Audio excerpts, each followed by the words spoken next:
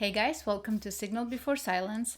In today's episode, we're going to talk about Erika Kirk. I have held up from talking about her because she's a grieving widow. Everybody grieves a certain way, and I just really wanted to stay clear of it. However, I've been really noting down and kind of observing her, but not just her in a bigger picture.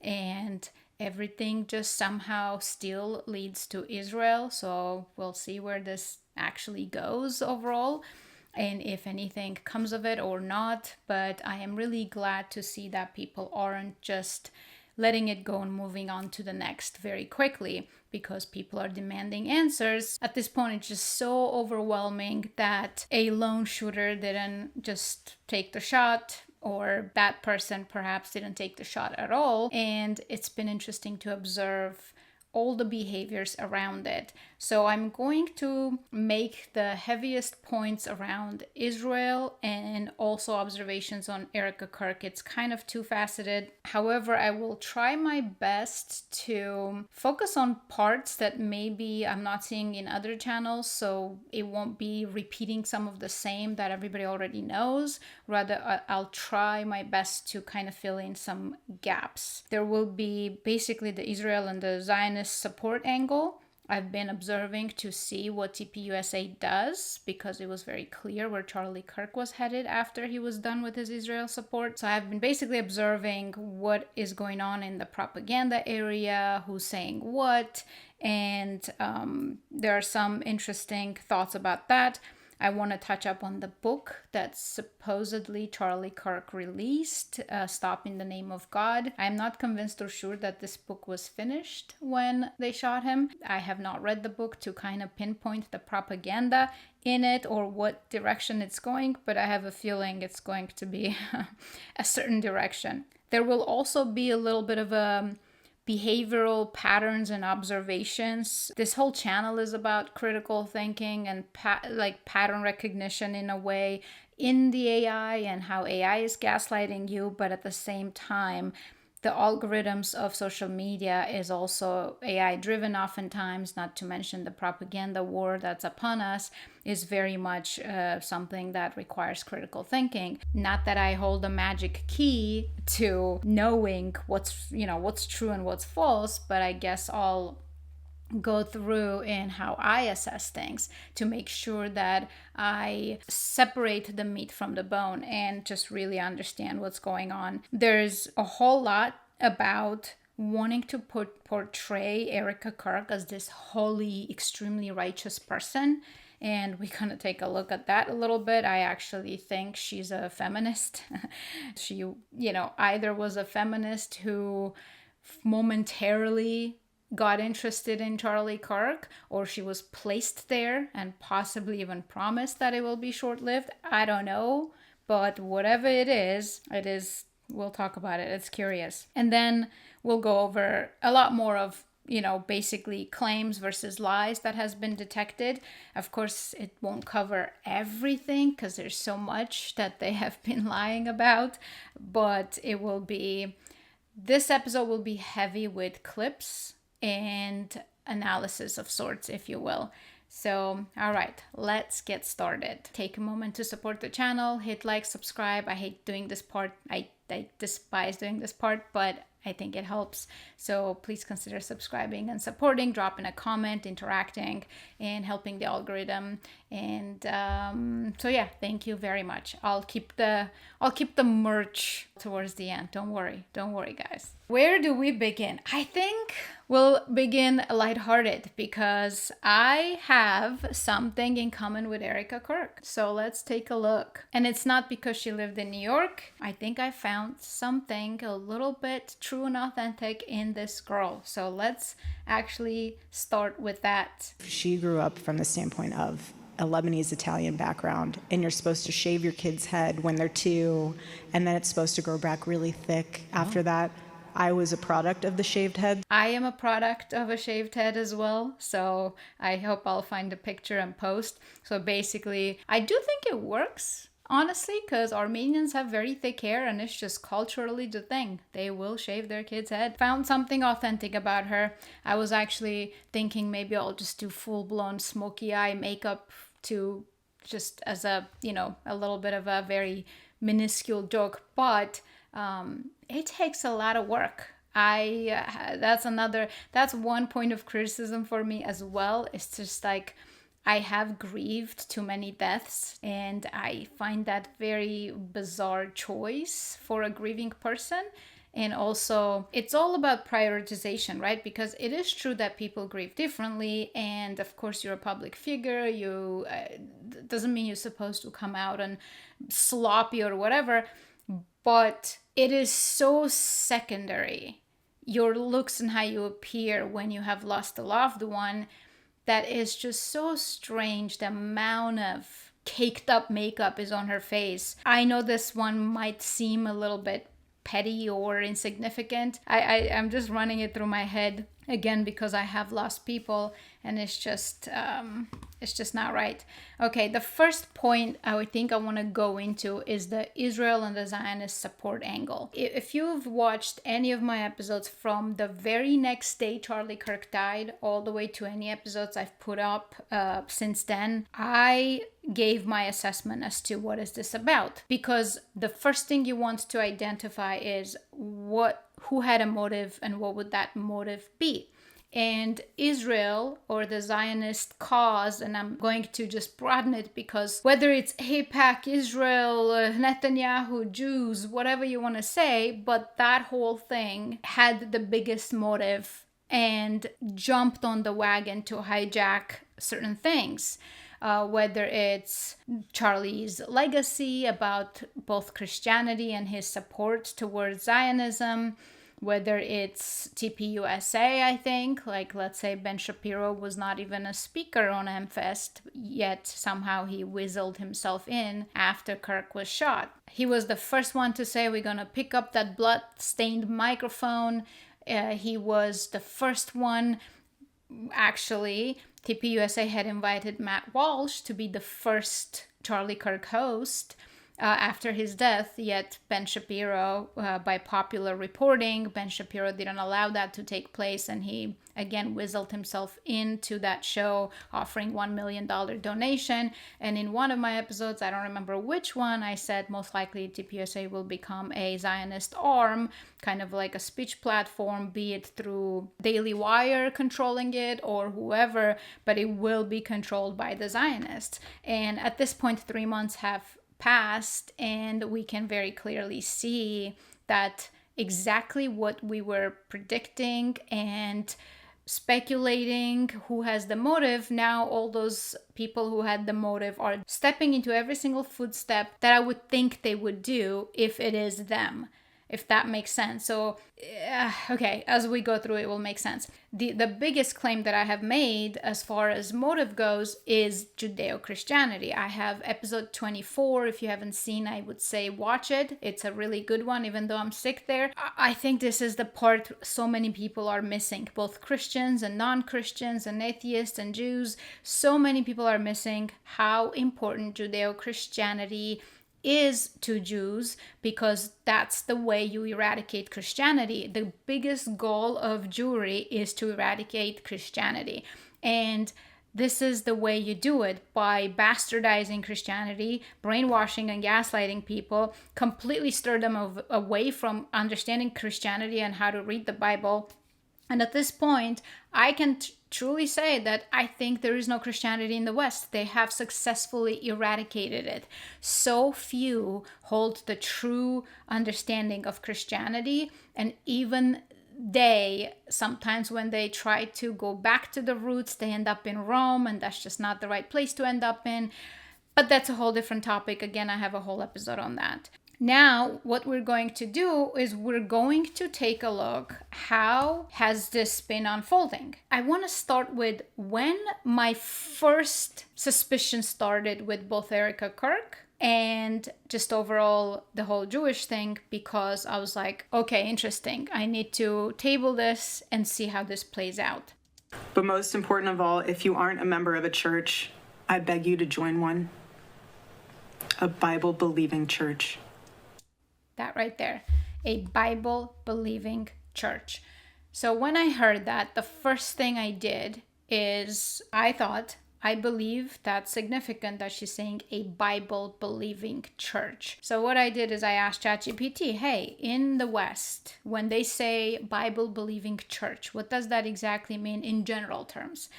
And AI said that Bible-believing church means kind of Protestant, evangelical, sometimes even, I don't know all the terms. Basically, the Judeo-Christianity, the Zionist, brainwashed version of Christianity. Obviously, this doesn't mean every single church or every single organization that falls into this category is automatically controlled by Zionists, but they are heavily influenced regardless. The version of Christianity they're practicing is to keep them weak, shippish, without understanding what some of the things mean. That you will often hear the turn the other cheek, completely just out of context and not used in the way it needs to be used. And it's been weaponized against Christians to remain shippish and quiet and weak, while the enemy just basically takes over them and eradicates them.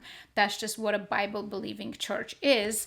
And I don't think that's at this point an opinion. That's what I'm observing. That's what the machine even said as far as Protestant, evangelical, and whatever. I guess the opinion part is that those churches, they heavily are brought up by the Scofield Bible, which is, again, the Bible that was commissioned by the Zionists to create footnotes on how you're supposed to see this entire Judeo-Christianity, and how you just need to support Israel, which is not a thing, how Jews are chosen people, which is not a thing. So here's how I'm thinking.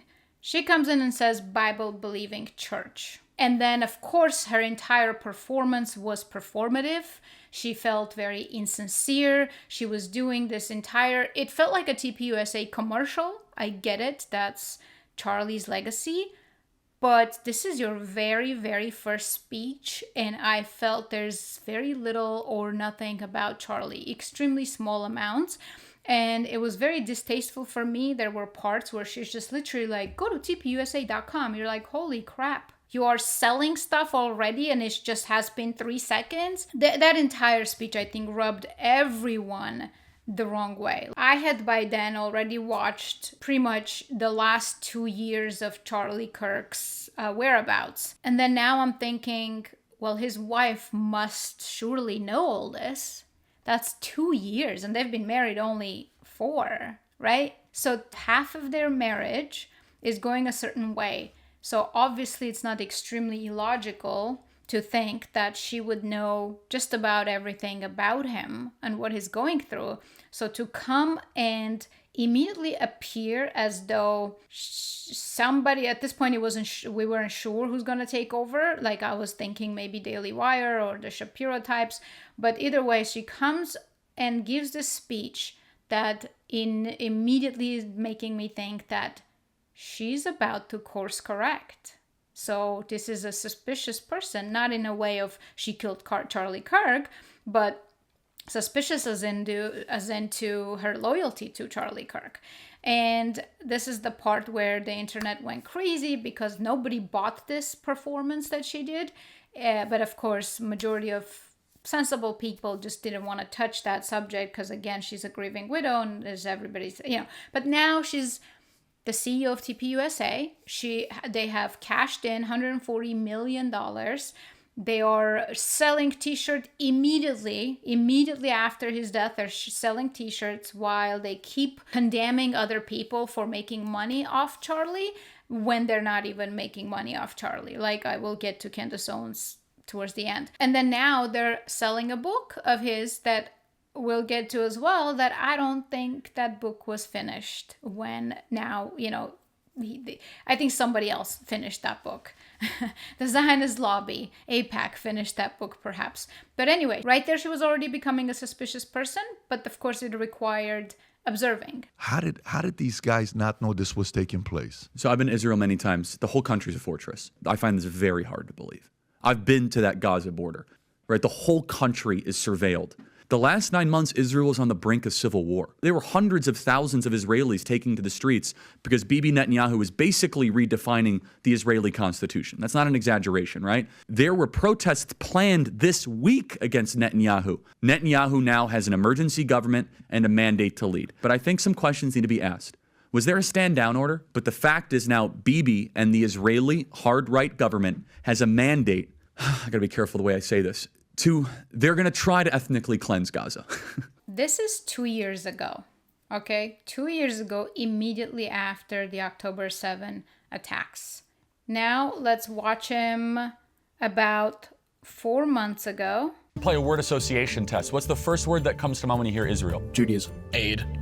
Netanyahu. Tax dollars. Liability. Sacred. Tax dollars. Conflict. Complex. Controversial. Scary. Strategic. Mossad. So, Mossad, of all the different things that would come to mind, why does their intelligence service come to mind? Reminds me of the CIA. So this is him hosting a focus group with the chapter leaders of TPUSA. So these are extremely important key people because these are students. This is the next generation. These are young Gen Zers who are completely anti-Israel, and that cannot be tolerated by Israel. Their entire propaganda since World War II has been to keep us submitted to the history we've been fed, to pretty much honor the Jews and respect the Jews and pretty much slowly worship the Jews because they're the chosen. And many Christians do, actually. So now this is a young generation that is completely not going according to the plan. Now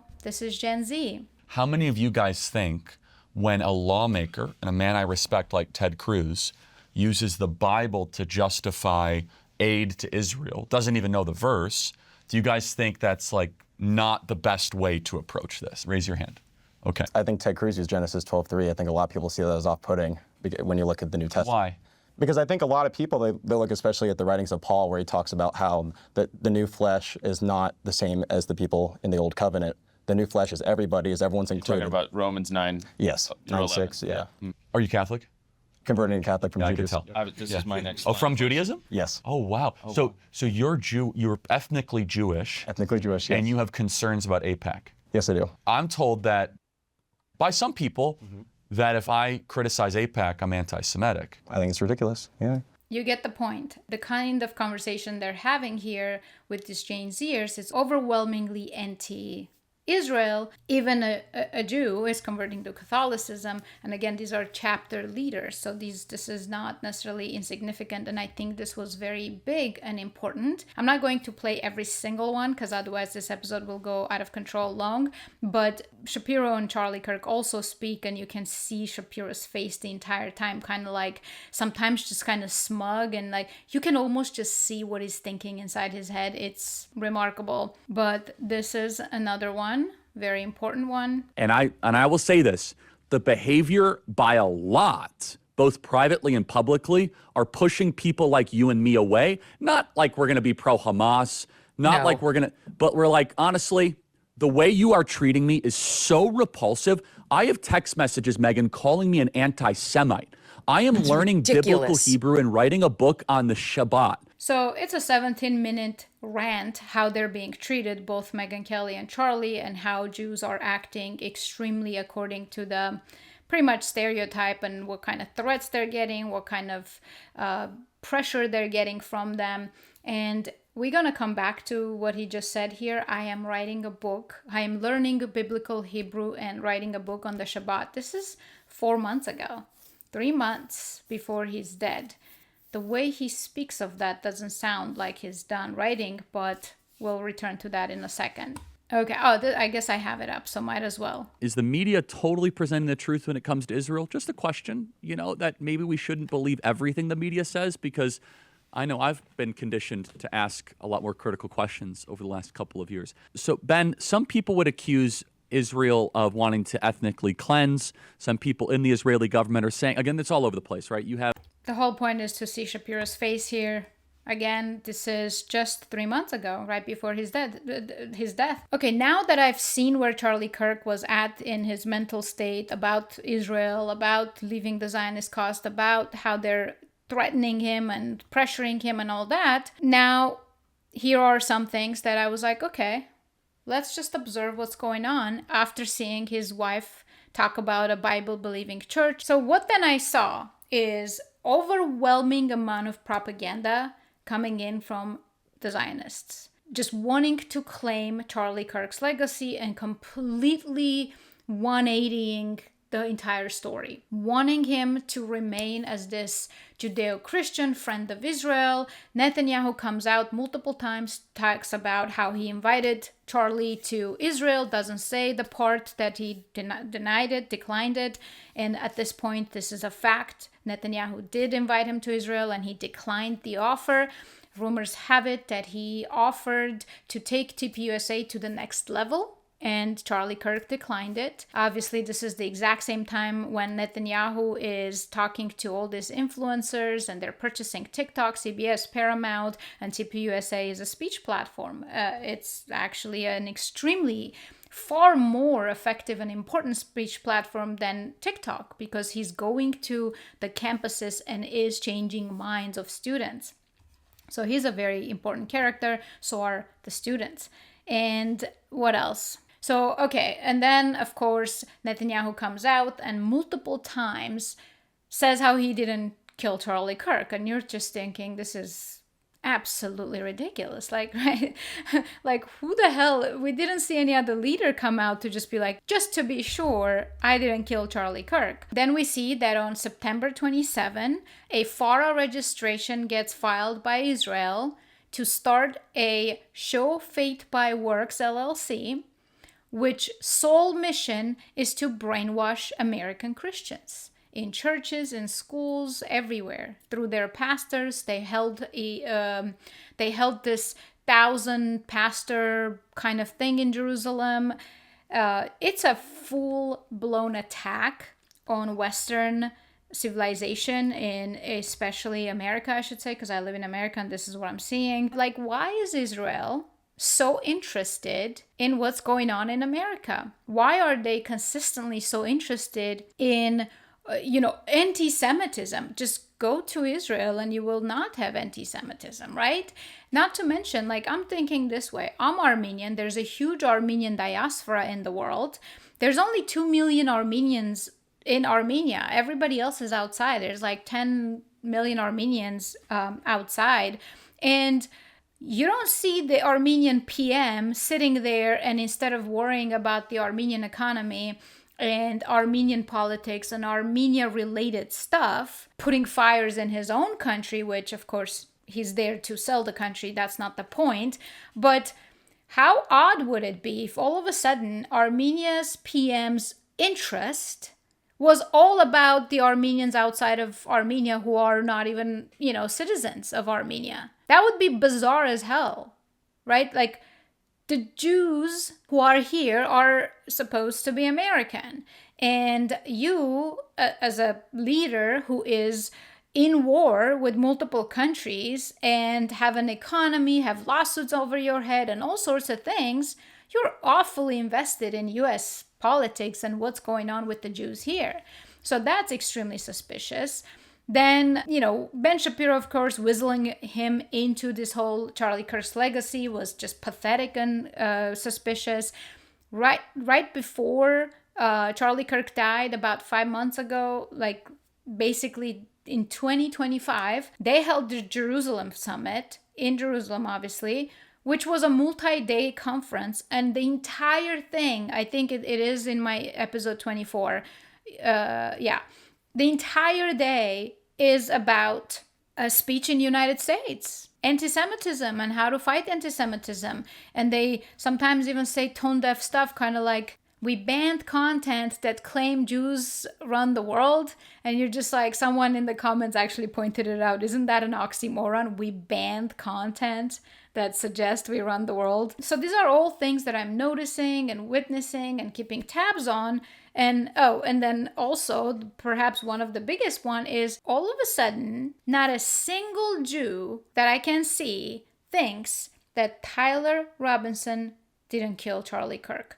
For example, let's say you don't think it's Israel. Let's say Israel had nothing to do with it. But to turn around and believe the Tyler Robinson case when it fell apart so quickly at this point, it's just, again, I don't want to go over the whole thing, but from the weapon discrepancies, how his father saw the weapon and recognized it and turned him in, and then turns out the weapon that they published was a stock image, was not the family heirloom that they claimed. The fact that they paved the crime scene in 4 days, the fact that the text messages are absolutely retarded with no timestamps. You read the entire affidavit. By now, there's just so much piled up that, again, I don't want to go over.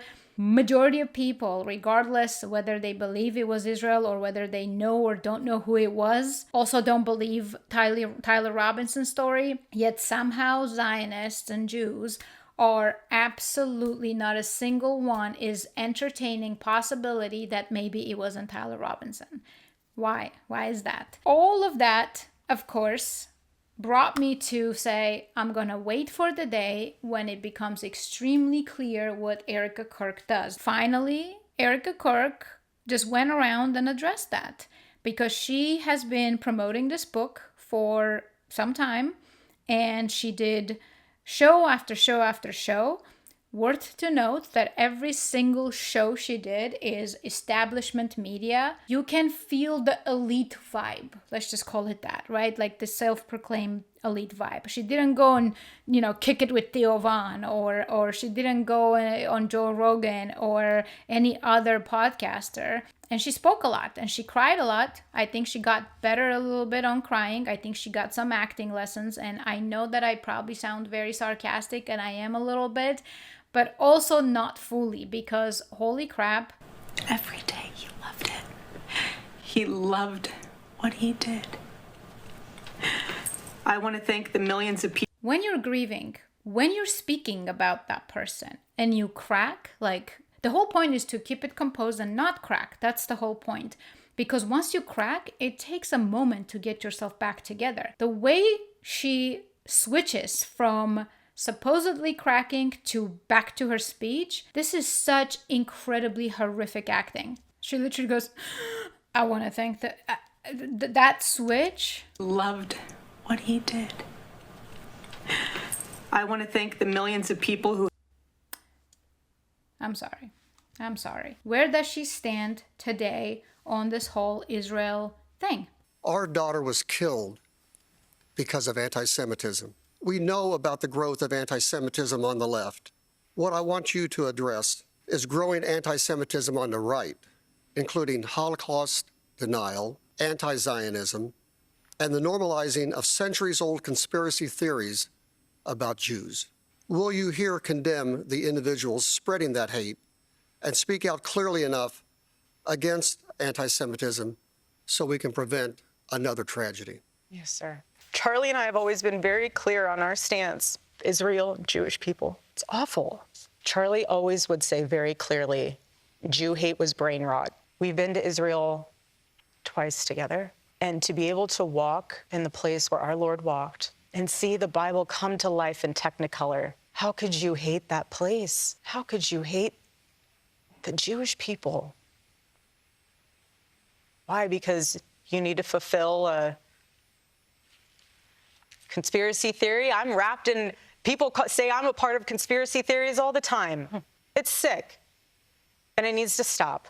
But we are living in enemy-occupied territory, and every single day we need to guard ourselves, guard our minds, guard our heart, and the best way to do that is reading God's Word. And you cannot separate the Old Testament from the New Testament. You cannot. So that's very interesting to me because obviously in essence it's true. She's talking specifically choosing to talk about hate is bad, which is true. Hate is bad. But the way she chose to say a few things like, Charlie and I have been always clear on our stance about Jewish people. That's true historically for Charlie. But Charlie, before dying, specifically said Jewish donors play into all the stereotypes. I cannot and will not be bullied like this, leaving me no choice but to leave the pro-Israel cause. So this is before he died. And if, again, for the last 2 years, you saw what trajectory he was on. And like you said, leaving me no choice but to leave the pro-Israel cause. That's one. So did she not know that? I find that very hard to believe. There was this entire propaganda about Christianity, and the internet went nuts when Candace Owens suggested that Charlie Kirk was attending Mass, Catholic Mass, and she didn't say this, but it appeared as though he was considering conversion because of like this text messages, for example. We should chat soon. Catholicism is looking better and better, says Charlie Kirk on February 15, 2024. Okay? February 15, 2024, he said that. And he was attending Catholic Mass, but again, the propaganda wants to bury that as if it never happened, and appears as though his wife wants to bury that as if it never happened. And then I find it very interesting that at the end she says, you cannot separate the Old Testament from the New. I have so many thoughts on that I'm not going to get into because the theology is a heavy topic and I can talk forever. But one thing that every now and then I come back to in my thought is, this is part of the biggest gaslighting that has happened. To attach the Old Testament to the New as if this is portraying the same God. And that is the biggest mistake, because Jesus was literally fighting against the Old Testament God. And then now in the West, it's viewed so differently. The way I see the Old Testament is all the things you're not, they are a single book, that I agree, because you need to see the evil to understand the good.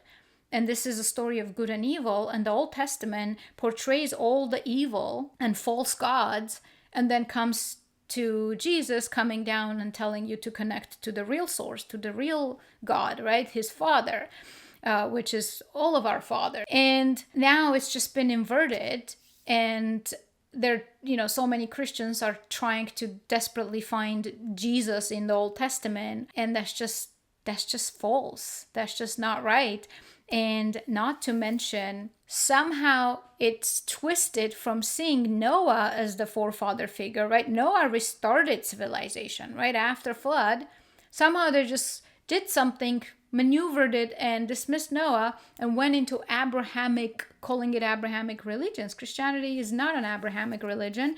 And Abraham was a schemer, a terrible human being that was constantly using his wife in honeypot schemes, scheming and cheating and collecting wealth everywhere he went. And of course, for Jews, I guess, if that's their forefather, then they're doing all the right things. They are biblically doing all the right things and all the right behavior. And here, Erika Frensve, or whatever her real last name is, she's Jewish to begin with. Let's just say that. She talks as if she's not Jewish, but she is Jewish. And her cousin, who's fully Jewish, keeps posting stuff about them. And of course, if her first cousin is fully Jewish, then what does that make her? At least half Jewish, doesn't it? Anyway, very, very interesting stuff. What's very interesting in all of this to me, recently, Candace Owens had a person that decided to give their testimony to her about what happened near a specific type of base in Arizona where a lot of intelligence gets trained. And I think it's worth seeing how it comes all full circle. Again, when I first started being suspicious, I've been keeping track and tabs on people and all the propaganda, and now she comes and says what she just said, which confirms a lot for me. Then on top of it's like cherry on top, this is what Candace Owens ends up discovering very recently. I think this was her last episode. So the gym owners were drawn to this couple because they were so bold in their faith. So you can imagine that they were then completely surprised and shocked when this couple staged something akin to a hostile takeover of their company. So now it's 2015. They are in their new, smaller location of a gym. Quote, "We were struggling, sometimes barely making rent, but still serving the community, including military students who came through for 4 to 6 month training courses. One morning, I noticed a female military member lingering after class. She was visibly distressed, so I kept the gym open longer. She said She, quote, could not take it anymore. She explained that her stress was coming from a class that she was taking on Fort Huachuca. The class's objective was to teach military personnel to infiltrate Christian groups and organizations through covert psychological operations. The training focused specifically on deceiving Christians. So that's quite interesting. And infiltration of Christianity is nonstop in Judaism because, again, the FARA registration that was filed recently in September 27, I want to say, was exactly that. It's literally about Christian outreach. This is Israel. This is Israeli government. Okay? Why would a Jewish nation that doesn't believe in Christ, calls Jesus a hooligan and someone who's rotten in hell probably, that's their understanding of, Jesus. So why are they so invested in Christianity, right? Show faith by works is what they're filing to do in America is Christian outreach through various grassroots and digital targeting of Christians in the Western U.S. We will create a mobile museum to display at churches. This is probably to create October 7, turn it into the next Holocaust. Christian colleges and Christian events. We will target and distribute pro-Israel information online and through targeted geofencing and digital online tools. We will have teams of people reaching out to churches and pastors and possibly even Christian social media influencers. And of course, many people have been reporting how all of a sudden their pastors just sound more like a pro-Israel propaganda piece, and they're talking about politics and how you should denounce Tucker Carlson and Candace Owens instead of actually preaching the word of God. And this has become the thing. And it's out in the open. And I find it so insane that people call these things conspiracy theories when it's out in the open. They file a registration that clearly says what they intend to do. And nobody once thinks like, wait, you're not Christian. Why would you target us? So needless to say, when it comes to the pro-Israel cause and Erika Kirk's behavior in that regards, she fails. This is a massive pivot from Charlie Kirk and where he was headed. And for the wife to not know that, I find that extremely surprising. I don't believe it because I don't think that's possible. I think she knew very well about where Charlie was at, and now she's pivoting. And then the question is why? Let me show you a couple of other lies before I give my probabilities. These are his last words, written, that were on his heart. He finished this in July when we were together as a family. This woman keeps talking in such a crazy way. Like, she says things like, when we were together as a family. The way it sounds is like so strange. I don't know. There's another part where I wonder if I have it anywhere here, where she says, what does she say? Something about my kids would jump on him. My kids would jump on him and they would know him as daddy. I knew him as husband. They knew him as daddy. And you're just like, what? What is this woman talking about? Like, what the F is this? What was important in that particular segment is the fact that what she just said, that he finished the book in July. Okay? If you remember, in August, this is what Charlie Kirk said. I am learning biblical Hebrew and writing a book on the Shabbat. Let's be exact when he said that. August 6th. Okay? On August 6th, he says that I am learning biblical Hebrew and writing a book on the Shabbat. So in August, a month before his death, it doesn't sound like he's finished at all. To me, that sounds like he's writing a book. Not like I just finished it, not like I learned and wrote.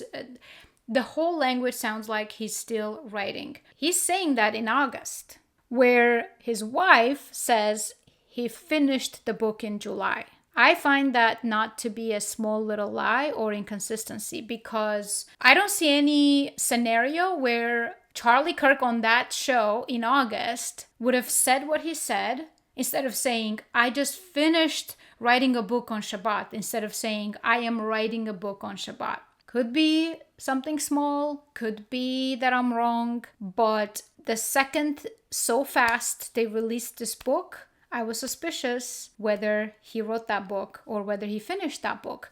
Because another thing is, yes, he was honoring the Shabbat. He was known about that.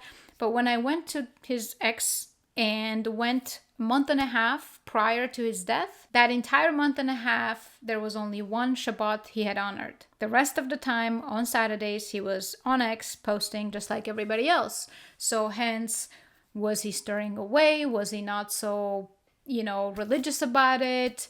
Was he pivoting to maybe honoring Sunday instead of Saturday, like the Christians should? Anyway, just something that I don't think anybody is pointing to currently. August, he's still writing a book.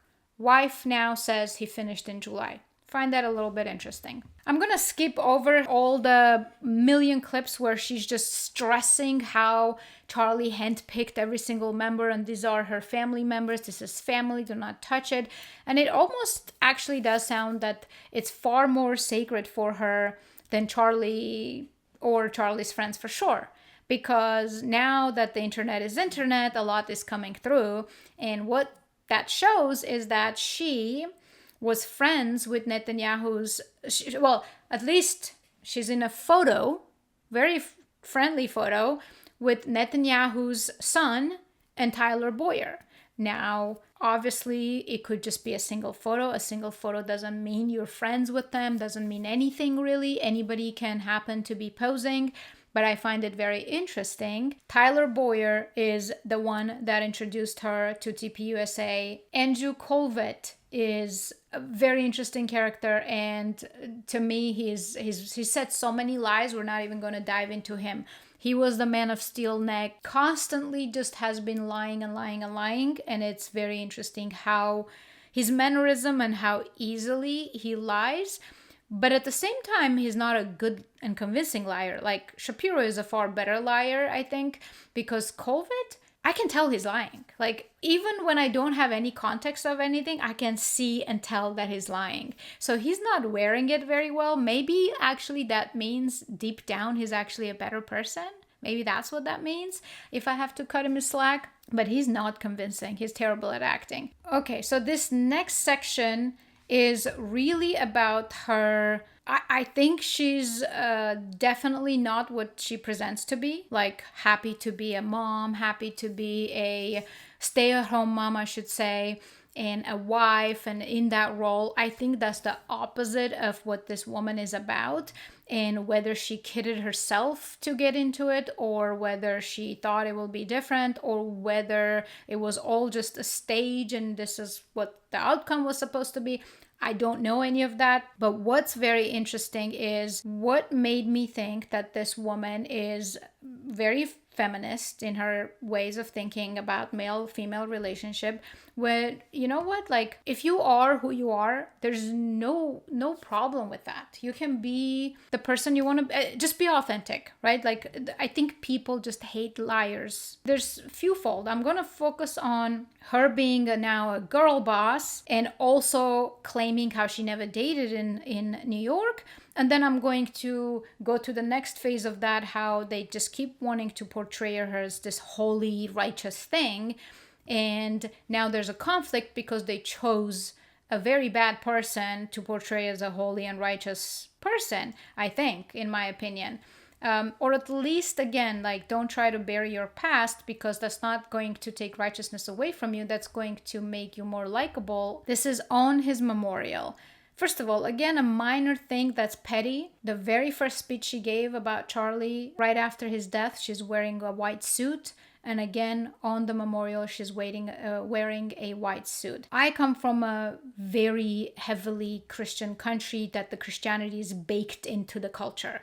It's not like here at all. And instinctively, every single person, without being told what to do about a case of death, they know it is disrespectful to wear bright colors or white or anything of that sort. So to me, to make a choice to wear white when your husband just died is extremely offbeat, to be charitable. That besides the point, this is in the memorial speech. Your wife is not your servant. Your wife is not your employee. Your wife is not your slave. She is your helper. You are not rivals.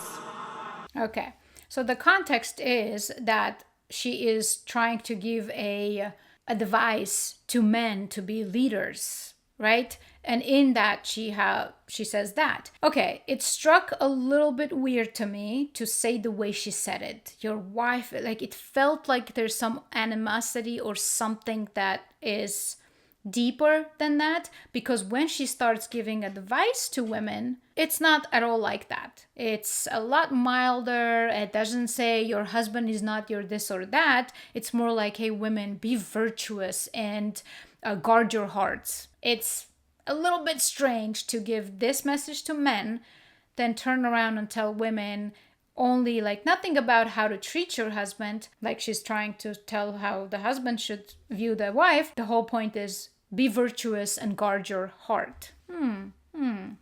Interesting. Again, minor stuff. Then she says this. Choice. You can be the trad wife or the girl boss, but look at her. She's having both. What do you say to them? Right. Well, I didn't ask for this. Obviously it's a blessing that I view it as a blessing. I think that part is very interesting. She says I obviously didn't want this. It's a blessing.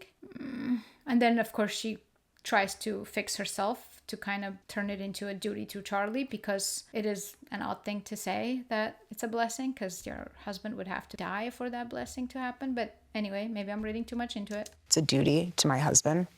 But I was very happy being a stay-at-home mom. There's nothing wrong with being a mother. There's actually more beautiful and emotional and powerful job title, if you will, being a mother. Is she convincing? I don't think she's convincing. And when I look at every single time she was on stage with Charlie and they went through multiple, like kind of, she appeared on stage multiple times. At the very beginning, like the earliest that I can find, she seems a lot more relaxed and what feels more authentic to a human being.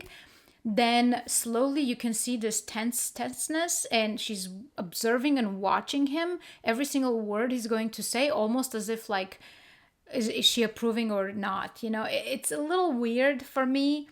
Again, these are all body language stuff, just looks and gazes. That's very interesting. But here, the way she says, like, I didn't ask for it. It's a blessing, obviously. There's not anything wrong with being a mom, but the way she says it, it's... And then I don't buy it. There's something interesting about that whole thing. And for me, I experienced what it was like living in New York, living that boss babe culture. But when I met Charlie and we had our babies, I was in it. That was all hands on deck. I would take that world in a heartbeat. Always. But you know what? There was never any daylight between Charlie and I, and his mission was my mission. So stepping into this role is not so much a job title. This is not a 9-to-5 for me. This is something that I'm very passionate about because it's still a remaining breathing version of my husband, this Turning Point USA. So this organization is not just a company to me. And the staff and employees are not staff and employees, they're family. And so for me, it's a lot different and a lot deeper than a career. I believe it's a lot deeper. So deep that we might never find out. Because my mom used to tell me, don't feel like you need to rely on a man for life and work. And so her mom raises her not to rely on a man. She was a boss babe in New York. She lived that life.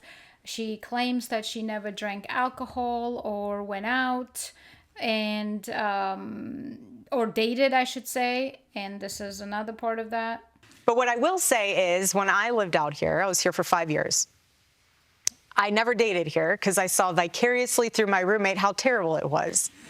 Somehow getting drinks was the replacement of having coffee and breakfast. I personally would rather have coffee or brunch with someone than going, I don't drink. I find it unproductive, not because. Okay. She doesn't drink. She didn't date in New York. She was a boss babe. She grew up with her mom saying you don't have to rely on no man.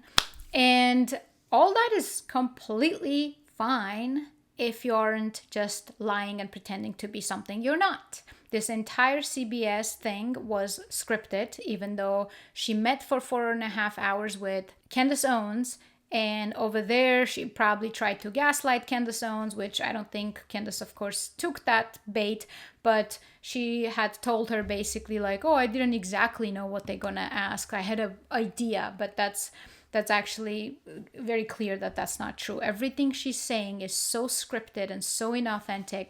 And let's take a look at Erika Kirk's dating situation that James Lee reported. Don't drink, go to church so you can attract a good man like Charlie Kirk. But we don't know for sure if she wasn't drinking, but she did really enjoy posing with alcoholic beverages. For someone who supposedly was not a fan of drinking culture, she sure was fine using it for commercial or financial gain. This part is interesting because clearly she was a Miss Arizona, she's a model, she appeared in a reality dating show. Some people are trying to pass this around as like, oh yeah, she didn't date, but it's a reality show with like Christian dating or something. So it's really not that damning. If you're a model and you need to pose with a glass of wine or champagne, you can. However, there's not shortage of material where she's just more in a regular setting with their cousin or this or that, where they're just opening a bottle. Or so, you know, the professional shots with champagne and glass of wine, I would personally just not think of much of that. They could just be, you know, I was a photographer at one point and I would hand a glass over to a model if I need a particular vibe. So that doesn't confirm or deny, but other videos confirm or deny that. However, the dating part is very interesting. Here's her with a glass of champagne. It says, it's Wednesday, so treat yourself to a little champagne. And does she really know? You know, if you're posting it on your social media and saying treat yourself, so that's not just modeling, right? Otherwise, that comment would say something like, oh, did a photo shoot with this lovely whatever, you know what I'm saying? Really not date while she lived in New York City? Because based on my sleuthing, she lived in New York from at least about 2016 onwards to when she married Charlie in 2021. Remember, she said that she didn't date anybody in New York City. So presumably between the years of 2016 and 2019 when she met Charlie, she didn't date. Well, here's a photo that the internet sleuths dug up from September of 2017 with one Cabot Phillips, and the caption said, yes, we're that couple who gets painting lessons together. And here you could see Erika Fronsvy and Cabot Phillips. I don't know about you, but that looked like a little bit more than just a one-off date. It looked like they were an actual couple, as the caption said. People were commenting, gorgeous couple, lovebirds, in these posts that have now since been deleted. So either they're trying to hide this relationship, or maybe they just had a really bad breakup. I know people tend to sometimes delete photos from relationships that they are no longer in. But interestingly, Cabot Phillips was actually at one point Charlie Kirk's producer, and he's now a senior editor at the Daily Wire. And just yesterday, December 16, 2025, he gave a talk about, quote, how to lead like Charlie. You gotta understand, I am not from this world of media, and I think all this kind of incestuity is weird to me. To me too, dude. To me too. All right.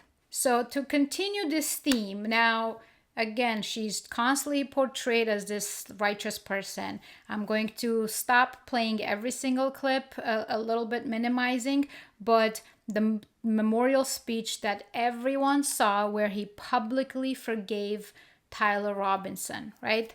Which is supposed to be this extremely righteous, smart, intelligent thing to do, to be able to forgive your husband's murderer.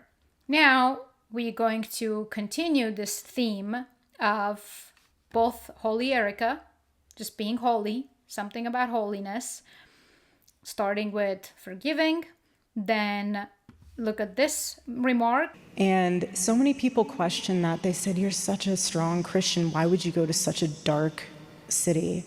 And I said, the more that you take the light out of a dark place, the darker it gets. Now, I told you I just observe and file away. So let's now take a look at this. So Holy Erika, she's gonna light up New York City. This is a reality show that Erika Franzwe was in, and listen to what she says. I don't know what year this is from, but it's old. I want to meet somebody with the same beliefs. I'm like a really big Christian. I'm like... So you wouldn't meet him at church or anything? It's tough because like I watch it online. I don't think I've ever met anybody that's like, hey, I'm going to go to church on Sunday. I go to 2 different churches. It's tough to be a believer in the city. Yeah. I think you're a bright light in a very dark place. So let's go grab my mojito. Did you hear that? I know the audio is awful, but did you hear that? Yeah. I think you're a bright light in a very dark place. Like, seriously? Even her speeches are stolen from other places. Here with Megyn Kelly, she says how her mom says, why would you go to such a dark place? And she says... And I said, the more that you take the light out of a dark place, the darker it gets. So that's where I'm going. I find it really strange that she takes that line from a show she's been in, which most likely they gave her a script, and then she's now using it here as if that happened to her. These may be very minor things, or they may seem minor, but they're extremely telling. And yes, I also consider the fact that these are just moments in people's life we are stitching together. There's so much behind the scene that we don't know. That just people have 24-hour days, right? It's like they don't cease to exist when we aren't watching them. I feel like that's like Candace Owens gets treated like that, as if, but you said this, and you're like, oh my God, so many things could be true at the same time because you again don't have enough context. Like this person has conversations and things are changing behind the scenes. She has a life, right? Like it's not like if you're not seeing it on screen, then it's either a flip or doesn't exist, or she got like paid or this or that. So what I'm trying to say is life continues when you are not watching it. So these are human beings, so there's so much there. I put that in consideration, but at the same time, like, I don't know, there's just so much that's doesn't feel authentic about her. And this right here, for example, this is like, of course she's much younger, but this is like authentic Erika, right? Like, look at this face. Take a look at this face. Look at this face now. She had a game face that was scary. And what she would do is that she would get sort of scowl to Erika when she played basketball. It was game time. It was game time. You had to bring it out. And you brought it out better than anyone. And it was game face. And it was amazing. Just want to play that because you can see the relaxed version of the person, right? The way she is, so that you can use that as a base. Who's going to control the fight? One. First of all, I have to say this without getting emotional, but I'm very proud of my husband. And I know many of you are too. You have worked so hard. And I know a lot of you have seen, obviously, his videos on TikTok and all the stuff he does on campus. So basically that creates a baseline so that you can understand how the person feels in their comfortable situation. And then you overlay that with all the acting, all this fakeness that we're observing, and you're wondering why, right? Like, let's say it's understandable if you for the first time appeared on screen and you know that the entire world is watching you and you are, you know, the way she appeared, right? Like extremely inauthentic. And then it's another thing if she's on stage with, like on the memorial when there's all these people in the room. But then once you're sitting down with like Barry Weiss, when it's a controlled studio, yeah, we should already start seeing the authenticity. It's not like other times when you're being authentic, camera is not on your face. So that's that. So her behavior remains very shady. I think some crazy shenanigans have taken place, perhaps. I don't know where to put this. Like, I don't know whether she was a honeypot scheme, because boy, that's biblically very okay in Old Testament. That's all Abraham did consistently with his wife. Was she a honeypot scheme? There are times when it just almost feels like she just had to endure these years instead of enjoy them. Because, I don't know, maybe maybe this is all just nothing but pure intuition, that Charlie normally maybe would not be her type. That's just something I feel, but I cannot prove that in any way. Obviously, it's just an instinct, and it would be very interesting to know if her kids are Charlie's. But I find that entire I didn't date, but she did date, then that guy happens to be both close with Charlie and then goes into Daily Wire, and then now allegedly she's seen with him before his death. Maybe not. We shall see what the future holds. I'd be very curious to see whether Erika Kirk, who she dates next. Like if she starts dating that guy, or she would be smart not to, of course, at this point, with all of that being dug out. But at the same time, we shall see what happens. The last part of this episode, which I can't believe my longest episode is going to be about some Erika Kirk. And all of you who are here mostly for my other type of content, more historical stuff, you're like, oh my God, why? Go after my family, my Turning Point USA family, my Charlie Kirk Show family. When you go after the people that I love, and you're making hundreds and thousands of dollars every single episode going after the people that I love because somehow they're in on this, no. I have to say it. I've never seen you like this. No, this is righteous anger. Okay. So one, she's very protective of all of these people that have continuously lied alongside with her. Understandable, but it does make everything feel like that's a club. She's part of that club. It's not like they're hiding behind her. It's not like she's being used. Rather, that's a club.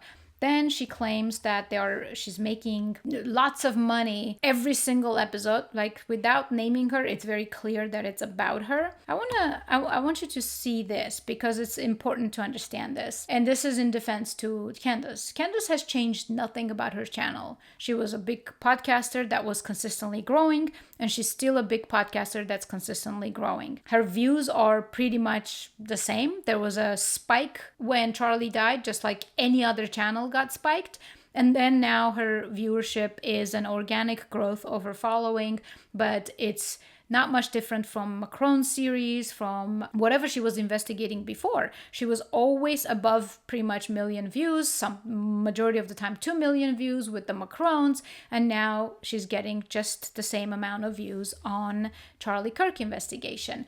And her merch store has not changed at all. Every other person has capitalized on, including TPUSA, of course, on selling Charlie-related merch, where this is how Candace Owens decided to go. Thank you, Candace. Go Max. I love Go Max. I love it so much. And I do want to put it on like a t-shirt, but then they're going to say like, oh, she's trying to grift off of his death, even though everyone else sold t-shirts. And so I feel like I shouldn't do that, but I do love it. It's just so Charlie.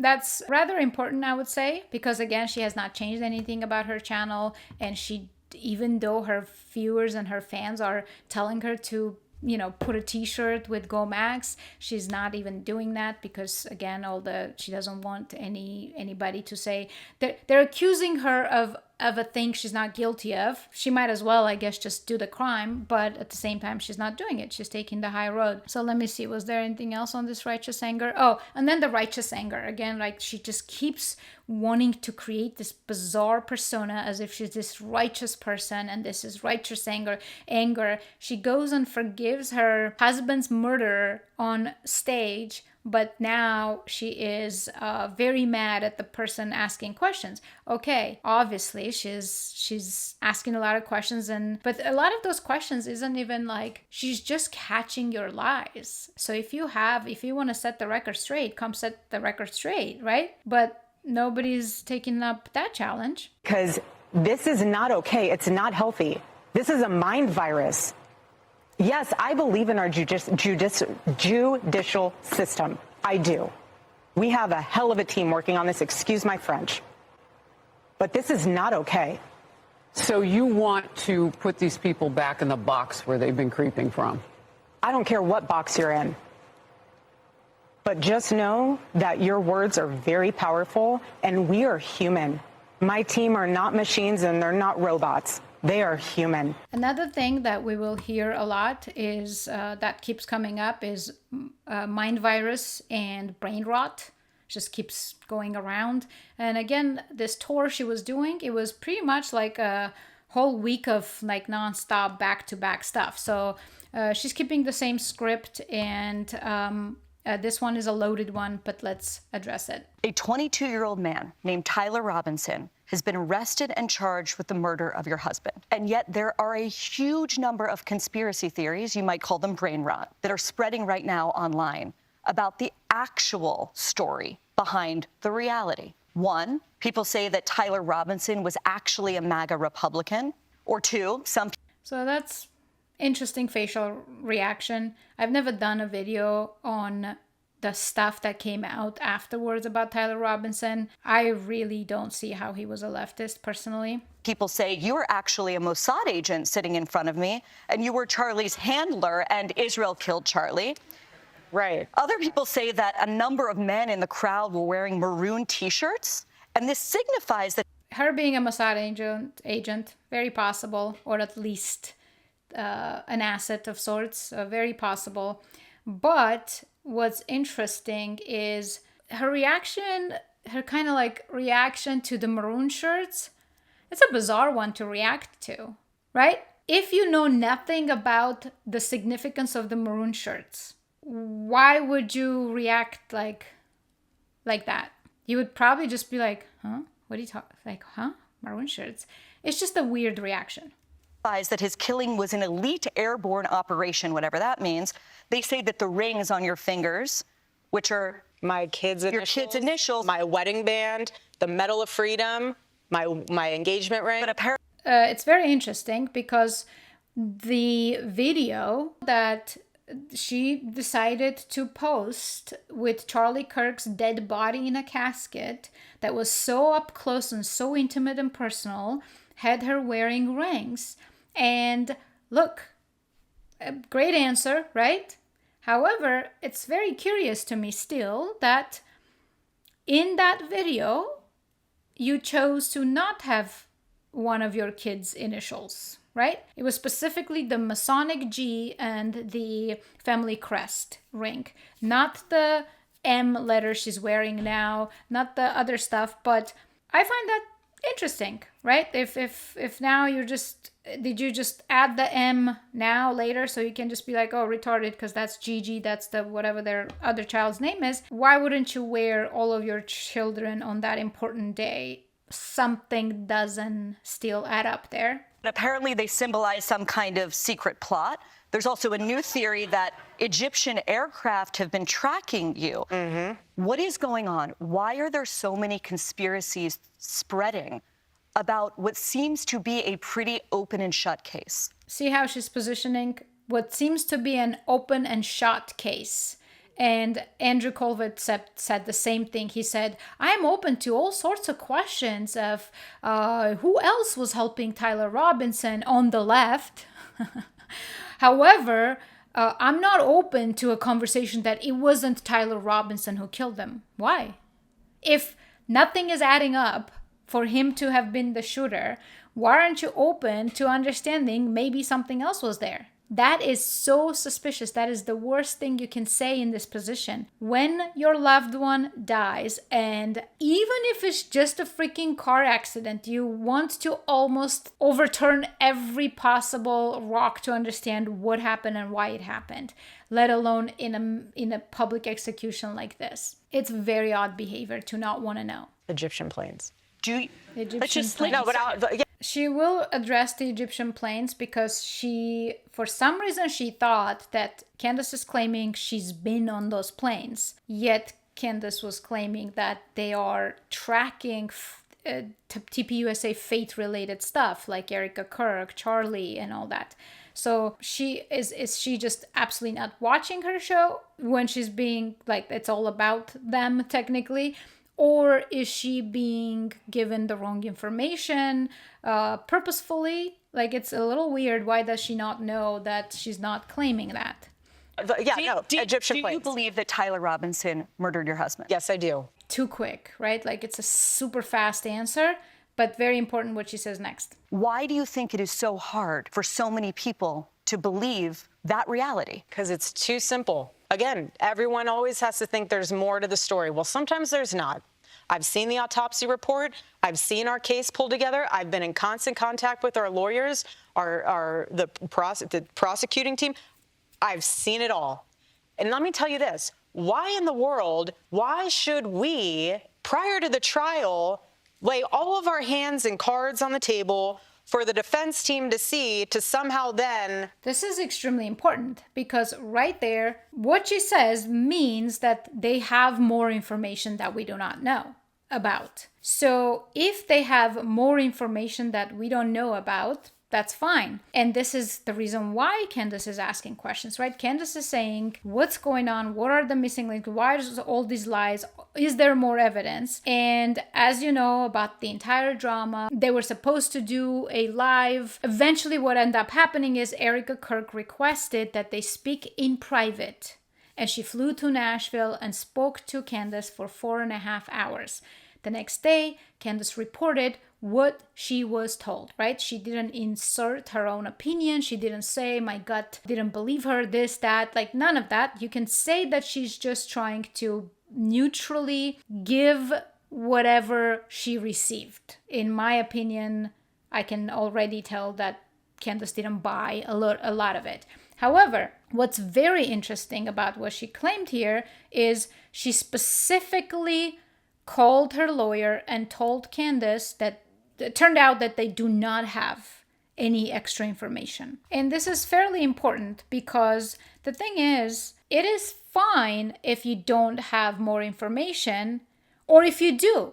You could literally tell Candace, we cannot give you the information we have because of XYZ reason, but we have information. We have enough to believe this is a close shot case, like they call it, right? But that's not what they told Candace. Hence, yet again, a lie. And I said that I want to hear why people feel so confident at Turning Point USA that Tyler Robinson is the guy. And at this point, they elected to call the lawyer, their lawyer. What I got from the lawyer did not make me feel that Tyler Robinson shot Charlie Kirk. It did not make me feel confident that he didn't or did shoot Charlie Kirk. I was very surprised by this. He spoke a very long time. I asked, can you share with me what it is? And I said, when you share this with me, I will not say what that thing is. If we want to protect the integrity of the case, I'm not gonna. If you say we've got the footage of him taking a shot, I promise I won't say that to the audience. But I will communicate to them that you have something that is solid. And no, to the exact contrary, this guy effectively said, not effectively, he said that they have nothing but the affidavit. Okay, so what we have seen is what they have. What is being discussed publicly, this whole non-expert problem with well, you don't know. It's what you read, that's what they have. And then what takes place now is the investigation is ongoing, right? So right now they're looking for more information. And once investigators, they could very well have obviously footage, but the reality is they don't actually share that information with the victim. They don't share that information with Erika. They don't, in this part of the process, they will not know what investigators have discovered. This is what the lawyer told me until May. In one clip earlier than this, she claims or says that why would we show everything we have? Which makes it very much sound like she's saying that they know for a fact it's Tyler Robinson. Yet to Candace, the lawyer says that they don't have anything. And what we have is the affidavit, which is what we all have. So in that case, what remains interesting is why would Erika Kirk not be curious who shot her husband when the main narrative is so flimsy, it stands on no legs. Very, very important little segment. And I think more these people talk, more they are digging a hole. And I'm so curious whether we will ever... I do not believe that the true criminals behind this, let's say, I think it was Israel. I think it was all Jewish related, and she is Jewish too, but it was all Jewish related. I don't know if the network at all will obviously even fumble for 1 second. I'm just wondering, because of the persistence of the public, because of how poor the case is and how many eyes are on it, I am wondering whether they will end up sacrificing just one person from that helped them, right? Whether it's Erika, whether it's Tyler Boyer, or I don't know who else, just anybody that they sacrifice and say, okay, here, are you happy? I wonder if they will go that route or actually just put it on Tyler Robinson and call it good. Very interesting. But I'm also extremely curious about what she says next year. I don't even know what they would do with it. But what I will say, and I want to get on the Egyptian plane thing, take a flight on that for a second. What I will say is what I'm worried about, and I'm fascinated, just from a legal standpoint, to see how the United Healthcare trials pans out. And I say that because this is the first time where we are seeing the implications. You're talking about Luigi Mangione. Correct. But what I mean is it's fascinating to see how social media will impact that court case, just how it might impact mine. Are you nervous he's not going to get a fair trial? I'm nervous that there could be, they'll say we can't find a fair jury. Like, they're going to taint the jury pool. In that case, I'll be cooked. That's what that laugh sounds like, but I'm kidding. But, I'm kidding and not kidding. It's very interesting that she is watching the Luigi Mangione case. If you guys are a viewer of mine, then you know I've done an episode on how similar these two cases are. Because every single time the propaganda apparatus just goes out and is about to do something very big, I do think they rehearse it first. They are smart enough, at least, to do that part. They rehearse it first to see the public reaction and how it goes.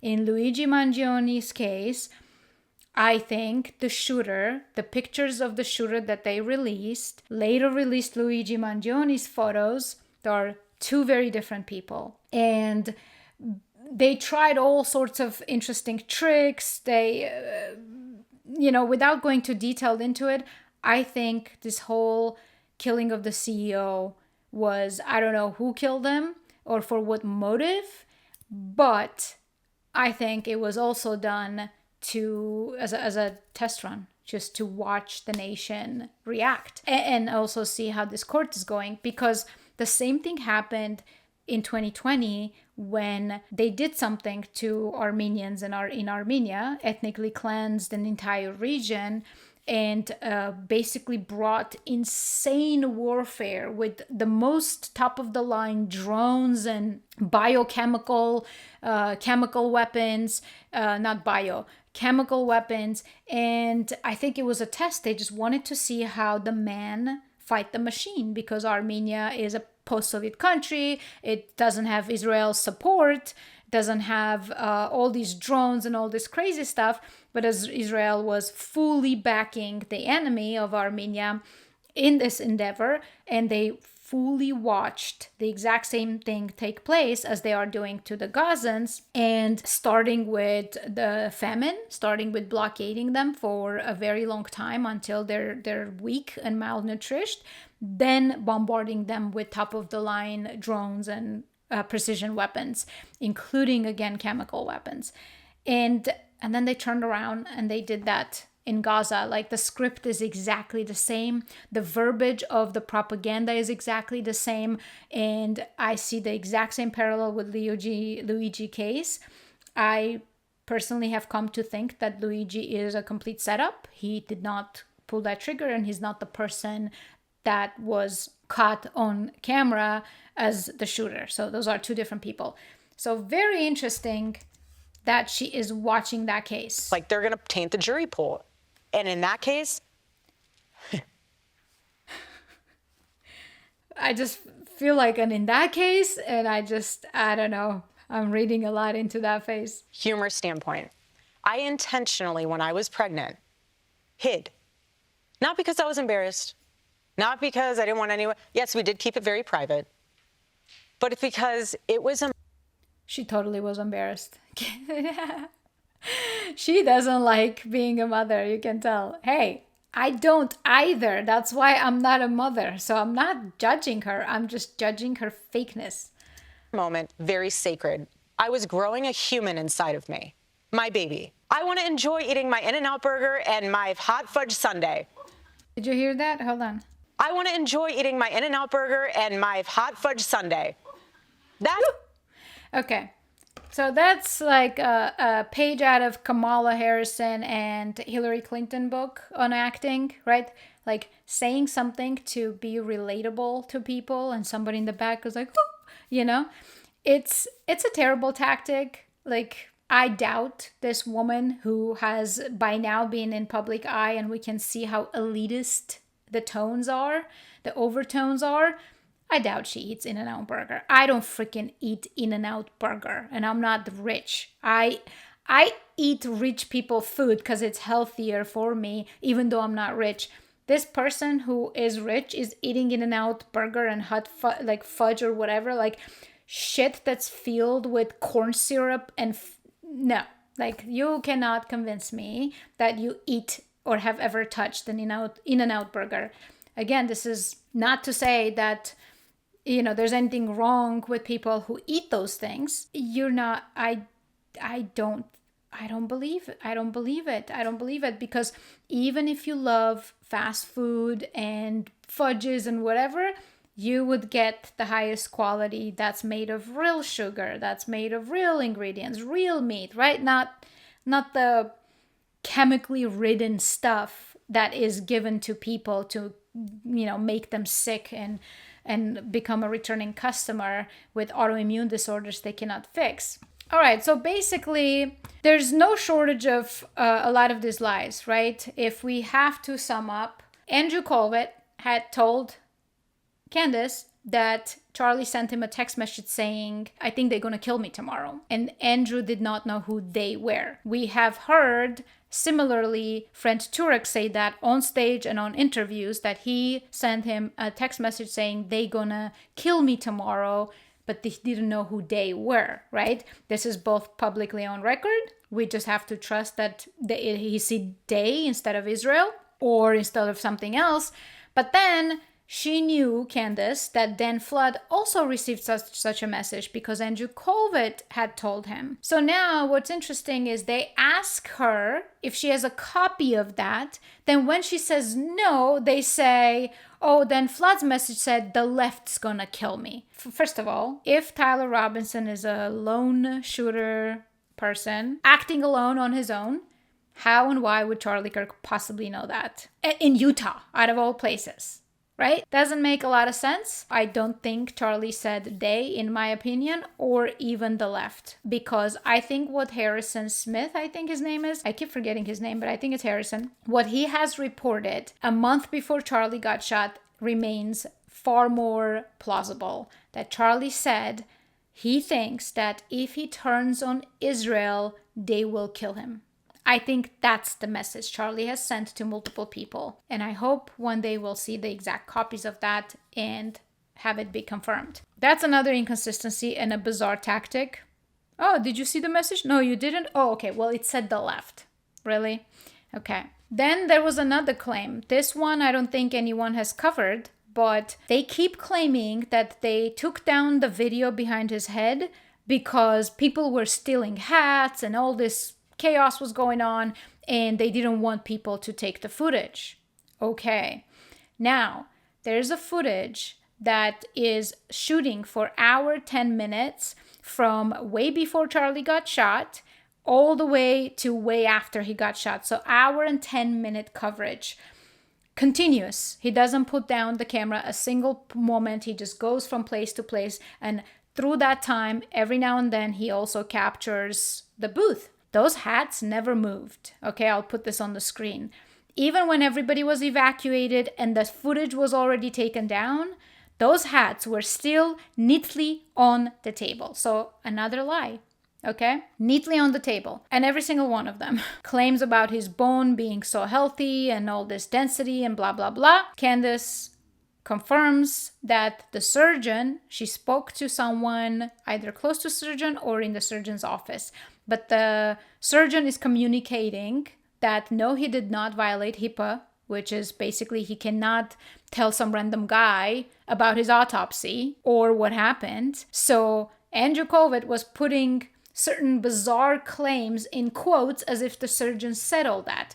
Turns out to be a lie, because the surgeon says the only comment he made that the bullet may have been frangible, as in when it impacts skin tissue, it just breaks into powder pretty much, like gazillion pieces, and that is why nothing was recovered. And again, this part is also in my way earlier episodes. I think somebody should hire me for something, because so far I've been super on point how this all took place and for what motive and what's happening, and every single thing we're discovering, it's further strengthening my hypothesis. There were some things in my hypothesis that got dropped because I was like, oh, okay, that disproves it and whatever.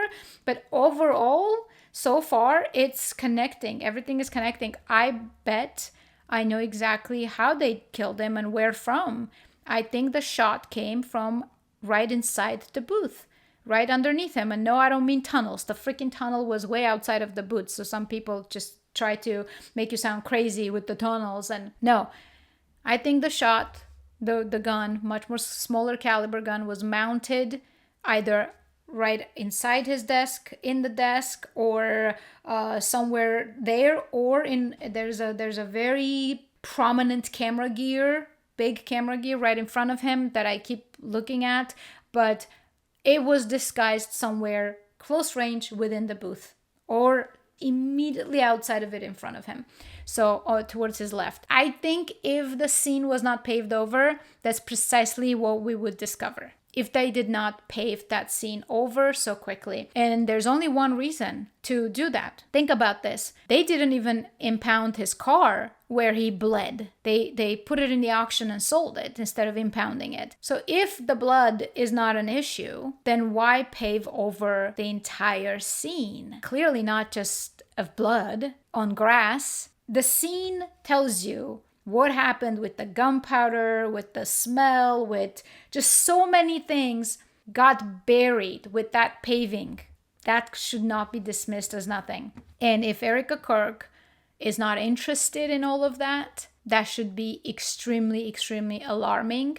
And it's like, look, she could have nothing to do with this and somebody's on her ears telling her to just drop it, but she appears to be a pretty... I don't think she's that airheaded.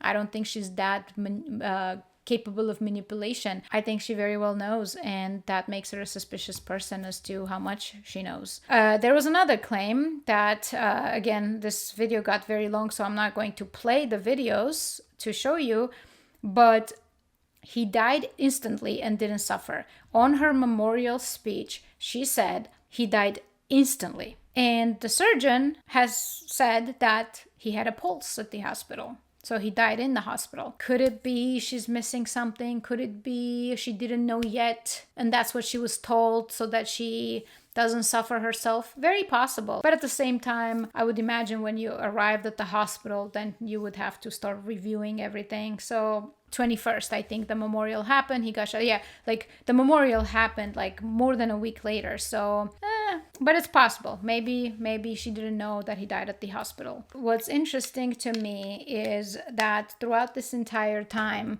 and this is just Erika, the same amount of time I could cover about every single individual that was acting strangely and what they have been saying and how they have been behaving. But honestly, it's exhaustive, and I much rather get back to the fun stuff, which is more historical stuff that I have so many things I want to get into. But I did want to put this out there just because I got such bizarre vibes from her from the very first day. Didn't want to talk about her for the longest time because she's a grieving widow.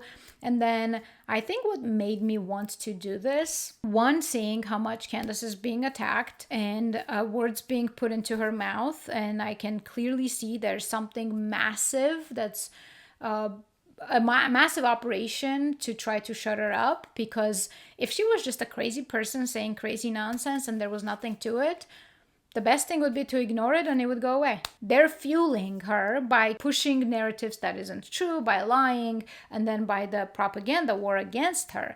So that's one.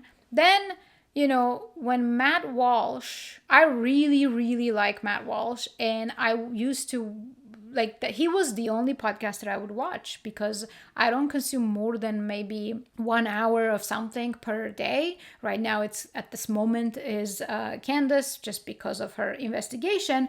But it used to be Matt Walsh, and I have a lot of respect for him. But it's very interesting to me that he came on Tucker Carlson and talked about how he would never throw a tomato at his friends, then went on his podcast and made a statement pretty much throwing a tomato at Candace in a way. And I think the Jews got to him. Shapiro got to him. Like, I think he was forced to make that. He of course says that he's not forced. He only says what he wants to say. But come on. Is that what you think when you watch Shapiro just losing his shit? A few days ago on M-Fest stage, his entire speech is attacking and requesting people to condemn Candace and Tucker, and you know, it is disgusting what's happening. So all of those things made me want to put this out there. Number one motive, it links to Israel and the Zionist cause. They were acquiring everything speech related, and TPUSA needed to be acquired. Number two, Judeo-Christianity needs to stay intact to keep Christians sheepish and stupid and weak and pretty much doing their enemy's deed for them. So that's another thing. TPUSA fate is extremely important. That's why it's all flooded with Zionist talking points. Even though Charlie Kirk was about to become a Catholic, perhaps, and he certainly left the pro-Israel cause. That's the motive. The rest is nothing but lies that we have caught about the gun, about this, about paving the scene over, and million other things that tells us that this was orchestrated. And another very important thing is intelligence agencies have signatures. A clean shot to the neck is a Mossad signature, actually. Russians, it's poison. CIA, it's a long distance shot to the chest. And Mossad is the neck. So intelligence services do have a signature. Okay, if you guys made it this far, check out my merch store. I will link it in the description and also pin it at the comments, top of the comments. We have Signal Before Silence shirts and everything, mugs, cups, and then my favorite, Stop Noticing. Thank you, Janky Janes. This is her idea, and I love this one. And many of the orders seem to be leaning towards this as well. And then I also have shenanigans detected, because a whole lot of shenanigans is being detected here. And we'll see how it ends up. If you're new, go ahead and subscribe, and I will see you guys in another episode.